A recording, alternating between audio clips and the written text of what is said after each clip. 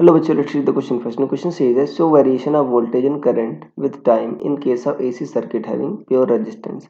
So students, सबसे पहले आपको पता होना चाहिए कि की कंसेप्ट क्या यूज हो रहा है. सो की कंसेप्ट इज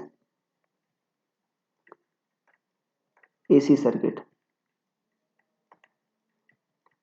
देखो बच्चों, AC सर्किट में आपने पढ़ा है कि अगर आपका सिर्फ वोल्ट आपका रजिस्टर हो तो उस केस में current end voltage I and V जो होते हैं बच्चों सेम फेज में होते हैं.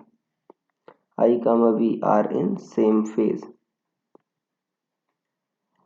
क्यों बच्चों? क्योंकि आपको पता है, जैसे फॉर एग्जांपल अगर v इक्वल टू ऐसा ले लो, v equal to V naught sine omega T, तो I क्या होता है आपका v बाई जेड होता है ऐसी सर्किट में, और z आपका r के बराबर ही होगा क्योंकि यहाँ पर सिर्फ रजिस्टर ही है. तो ये होता है, देखो साइन ओमेगा टी इसमें भी आ रहा है बच्चों, साइन ओमेगा टी इसमें भी आ रहा है, जस्ट आपका वैल्यू का डिफरेंस है, इसका एम्पलीट्यूड का डिफरेंस है. तो अगर हम ड्रॉ करेंगे बच्चों वेरिएशन आई वर्स और v सेम ही ग्राफ में ड्रॉ करें, या आई ले लो, ये v ले लो, और यहाँ पर बच्चों क्या ले लो आप, t ले लो. तो मान लो v का ग्राफ ऐसा आ रहा है बच्चों साइनसॉइडल, तो i भी बच्चों सेम ही होगा बट ठीक है. अब यहाँ पर ऐसे होगा समथिंग. अब ये एम्पलीट्यूड बच्चों अगर r की वैल्यू देखो अगर एक से ज़्यादा है तो i की वैल्यू कम आ जाएगी, राइट.